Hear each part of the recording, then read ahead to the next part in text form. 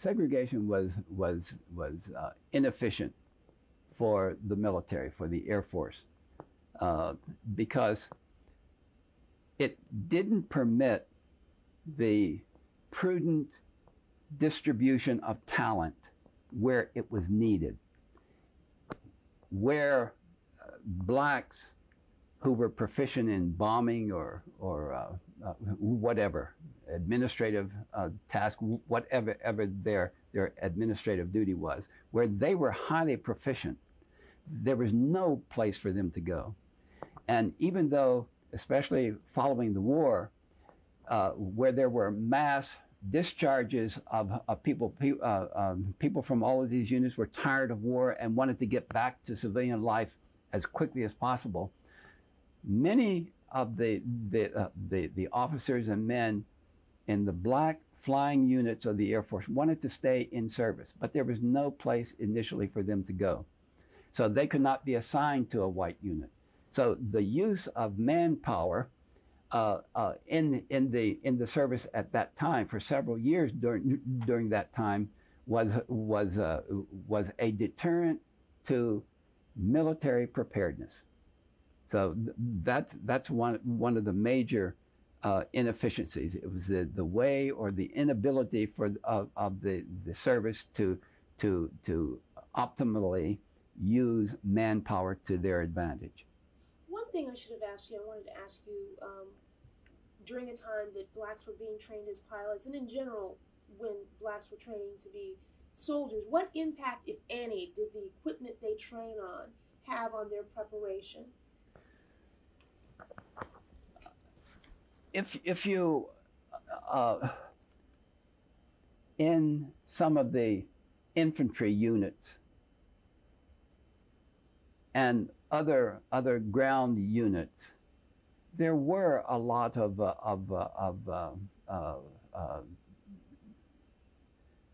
cases where ineffective or defective equipment was sent to them, but I don't think that was ever the case in the Air Force. The aim, I think, was to give them the complicated equipment so they could prove unable to handle it. But and even with the instruction, because I've asked a number of people I've interviewed about the caliber of the instruction, and they do not feel that the instructors, who were all white in the military phase of the training, they did not feel that they were totally unfair. Now, there were quota systems, and a lot of good people got washed out, but it doesn't seem to be a matter of their being washed out because of incompetent instructors. Now, the equipment, I would think, is the same. I don't think that they were called upon. Naturally, the equipment they would use in training, it's not going to be brand new equipment. But when they did get to North Africa, for instance, they did get, all of them for the first time, got brand new equipment. So the equipment that they were trained on was just as good or as bad as equipment for other training units, I would think. During the pilot training program, were there specific blacks chosen for that program? Specific in what sense? You mean, well, individually? Yeah, individually. I would not think that there was an individual choice being made. I think that they required this whole group to meet higher standards, and rather than just picking and choosing single individuals. What would you say in terms of, let's talk long-term impact, now that these pilots have been integrated into the Air Force? I mean, we're jumping ahead a couple of years when actually the integration took place, and now pilots are being used, you know, all over the Air Force. It's one Air Force. What do you think the long-term impact of that program was? Of the integration. And the contribution that the Tuskegee Airmen Yeah. made in working toward that. Yeah. I think one of the best examples that I could use is Colonel McGee himself. Now, back in 1995, the Air Force Chief of Staff at that time announced at a convention in Atlanta what Colonel McGee's record was. Now, Colonel McGee keeps all of his records, so he knows which flights he'd been. He knows how many hours he had, but he didn't really know, I don't think, how those hours shown in his own records matched up or compared to other like pilots in the Air Force. But the Chief of Staff at that time made the announcement that Colonel McGee had more combat hours and more flying hours than any single pilot in the United States Air Force. And so, coming from the Chief of Staff of the Air Force, I can believe that that is true. Now, he not only was in the Second World War, but in the Korean War and in the Vietnamese War, and he has over 6,000 hours of flying time, and so the Chief of the Air Force, the Air Force Chief of Staff, has a better knowledge of all of this than we do, and so. It seems to me ironic, considering from whence they came, that a single black pilot would arrive at this height and and to have that codified for the record by a white Air Force Chief of Staff. You know, that's not our input. It's something that he gets from the record. Now, from that comes all of the other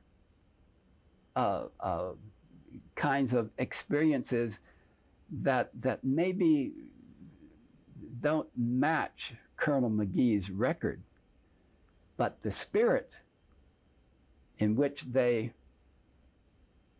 endured or endeavored to make themselves or to cut out for themselves a 25 or 30 or 32-year career, and to come out of that with honors, and to come out of that with a deeper sense of contribution to their country, come out of that with a deeper sense of how these same traits that they learn through difficult situations during the war and following the war, and how to pass these on to younger generations to help them over their trouble spots right now.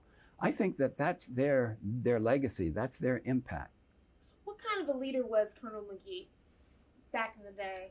So modest. Well, I think back in the day, he was the same kind of leader as he is now. And when I grew up, I want to be just like him. But I think Colonel McGee he's a pilot's pilot, and he's a commander's commander, you know, and I think that says a lot.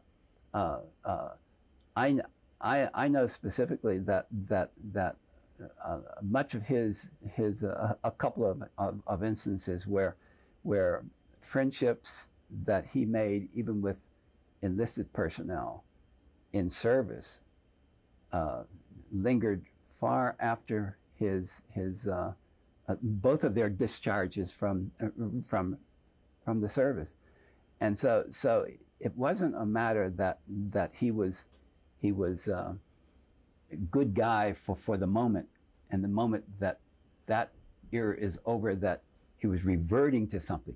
He was always been like he is, always been like he is. And everybody who has served under him knows it. You know, it's a memorable experience for them. And they say it because he won't.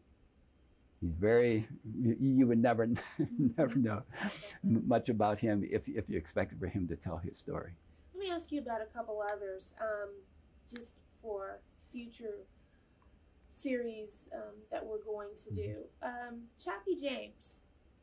Mm-hmm. What about Chappie James in terms of his leadership and the type of person that he was? I don't know a good deal about his leadership. I do know that he came through the Tuskegee experience. He came through there as a civilian flight instructor before he went into the cadet program, and he came out of the cadet program in the I think the latter part of the 40s, and where he made his great strides, I think, was during the Korean and especially during the Vietnamese War time, where he was a jet pilot. He was not a fighter pilot during the period of his being a cadet. He was assigned to the 477th as a bomber pilot. But after the war, then I guess they made cockpits big enough for a larger man, and he went into the jet fighters again, and that's where he really made his mark. Now, to listen to some of the guys talk about him, he was always a very affable guy. He was always even mischievous, but he knew when to be serious, and you know, you don't get to be chief of the Northeast Strategic Bombing Command by not knowing your job or by not being serious about what you do. So his leadership style and his leadership qualifications were excellent. Well, can you talk to me about, or tell me about Benjamin O. Davis? Benjamin O. Davis is, if there's ever a saint that came through the graces of the military to reach a certain area of prominence, it's him. And he is, I think, and many people say this, that this program would not have succeeded had it not been for him. Now, he was a West Pointer, and he loved the military like Spatz or Arnold or anybody else, and he knew what he wanted. He knew why he was doing it. He knew what his patriotic duties were, and he did them. He did them. Many people say he was not a pilot's pilot, but flying an airplane was his job, and he did it as well as he did any other job that he had in the Air Force. And that seemed to have been his mode of operation. He knew how to gain results, and he knew that it required discipline, and that is one of the major things that he engendered in everybody who flew in any of his units.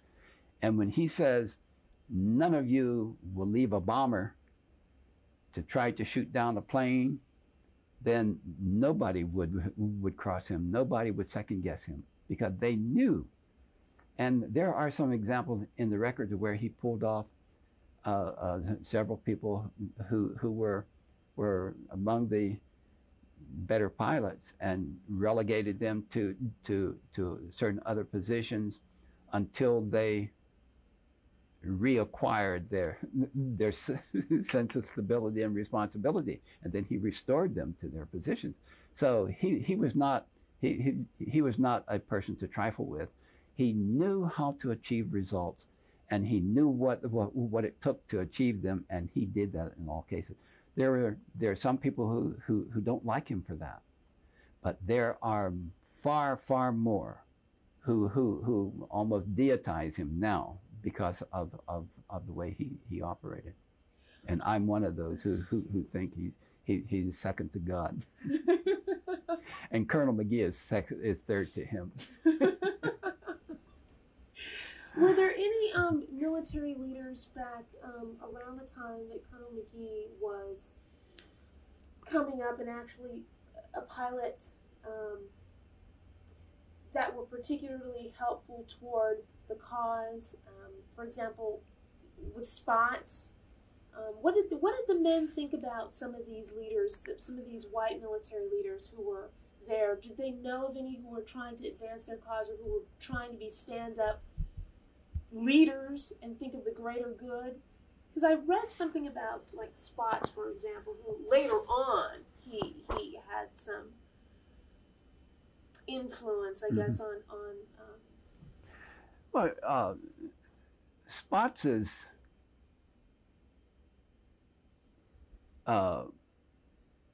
leadership, I won't say leadership style so much as a concept of what his duty was. Spots has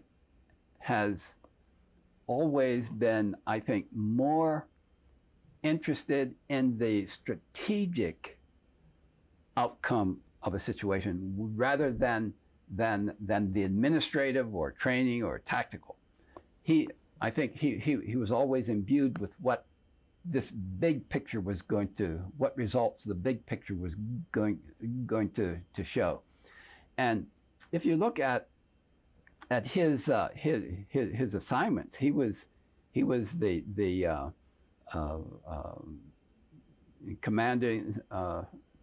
commander of the 8th Air Force at the time, at a period.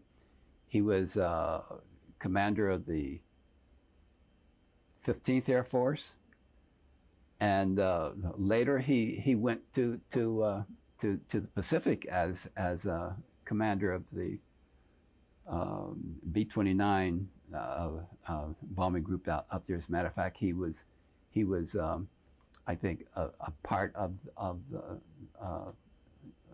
comprising a unit that eventually dropped the bombs on Tokyo. But his outlook was strategic, and so I think that's where he sort of framed all of his thinking into achieving a strategic success. Are there any leaders that stand out in your mind that, we already talked about Eleanor Roosevelt, but that were instrumental or at least stand out in terms of advancing the cause of full integration within the armed services?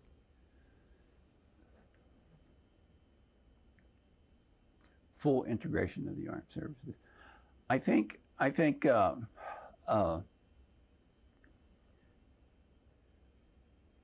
right now I'm just kind of fishing well, you have in your to, brain because, in case some down the line we decide to do. I asked you specifically about Benjamin O. Davis, and I asked about Spots because he's someone that we're doing. You'd have to give President Truman credit for having the guts to push it, and he did it because it was shown to him that it would be beneficial, and I think he always sort of had where the buck stops and where his decision making, as opposed to not making a decision and allowing things to continue as they were. I think he was convinced that this was the right thing to do, and I think he went ahead and did it. But I think there were a number of black leaders who fit into this. It's like you work for for 20 years, doing a lot of editorializing and a lot of activist kind of things, and even moving along in a quiet way, but in the background for years and years and years before the effect of these things that you were working on in the past 10 or 15 or 20 years gain fruition in something that is spoken of as the integration of the military. There's a lot of heartbreak that brought that about. The way that, or the reason that the Tuskegee Airmen, in my estimation, stands out more than, say, the people, the blacks who were in the 761st Tank Battalion, or the balloon battalion that was the only combat unit to go into Normandy at the time of the invasion of Normandy, or other people in the Red Ball Express and all of that. So that they were on the ground, and they were driving trucks and things that were more considered normal kind of activities. But the Air Force was a highly technical organization. And this was something that was so technical that we were never supposed to be able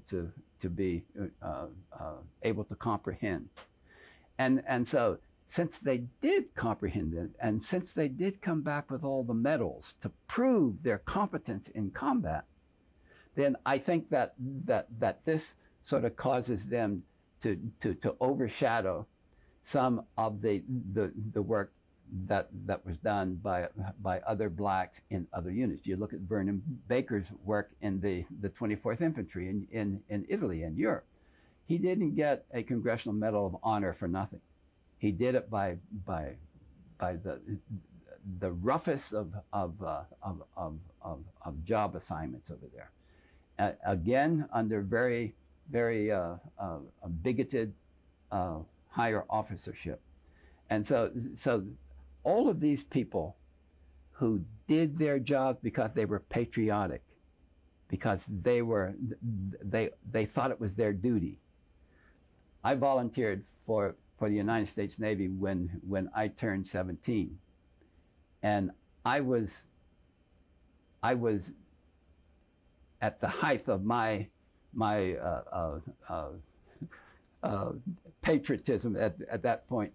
I think it's still there. I'm still proud of what I did.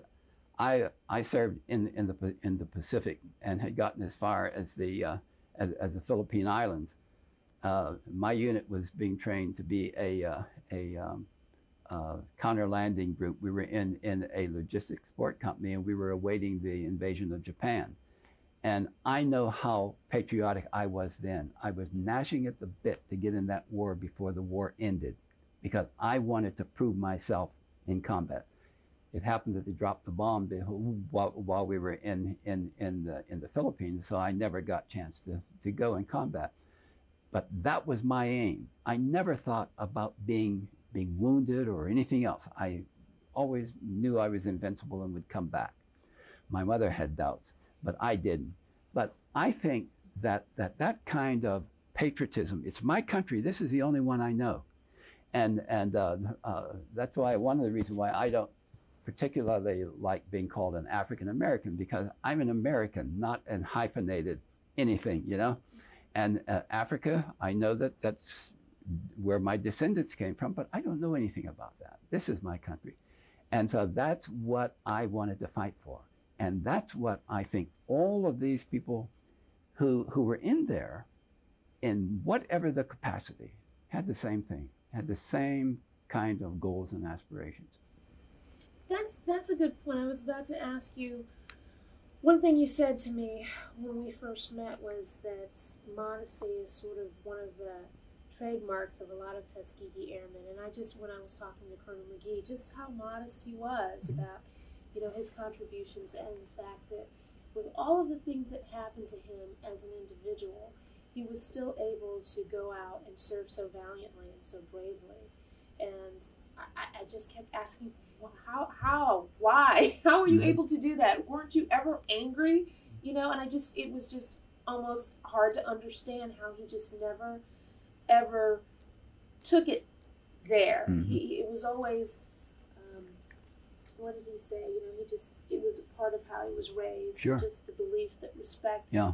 you just carry yourself Yeah. in a dignified way. Yeah. I hope that come back to you. But why, what is it in those Black Americans that made, them want to go out and fight for a country that didn't even care about them? Well, the thing is, you know the hardships and the deprivations you're going through at the time, and but then you also know what your inner self has for you, has planned for you, what you plan for yourself. And I came up with my grandmother and my mother instilling in me that I know that nobody is any better than I am, but that I am no better than anybody else. So I can't lord over anybody else the fact that I'm, have a few dollars more than they have right now. It's a matter of circumstances. But if I believed that I was better than they, I would be ineffective. If Colonel McGee believed, he knows he's better because the records show. But if he starts to inculcate that in his own mind, and I've seen a number of people who did this, who were sort of taken off track by the fact that they're being lauded now. And it reminds me of one of the examples that Patton always used. He said that all glory is fleeting. And so you can be up on top here now, but what does it matter if it's all going to pass away in a year or two? Colonel McGee, it'll never pass away from. Now, this one thing about this collective kind of almost mystique about the Tuskegee Airmen. In a situation where you are forced to be together, you learn to live with each other. You not only learn to live with each other, but you learn to respect the capabilities of each person there. And in combat, if you can't trust the person that you're flying with, or on the ground in an infantry unit, if you can't trust the people who can save your life and you save his, if you can't trust those people, then you're really out of it. You're lost. And this was forced on the Tuskegee Airmen. This kind of camaraderie, this kind of almost psychic alliance or allegiance to each other. It was forced on them. And the thing that's notable when you do a lot of the reading about other fighter units, there are always individual. The individual seems to be just as great as the total organization. The individual exploits, they're numerous. You very seldom, almost never, find a book telling of the exploits of one person who goes out and shoots down. Now, in the Tuskegee Airmen organization, most of these guys considered themselves so much of a group and maintained such group steadfastness and orientation that they devalue the individual, I mean, in terms of a public statement. But they know it takes all of these individuals to make this group solid and worthwhile and responsible.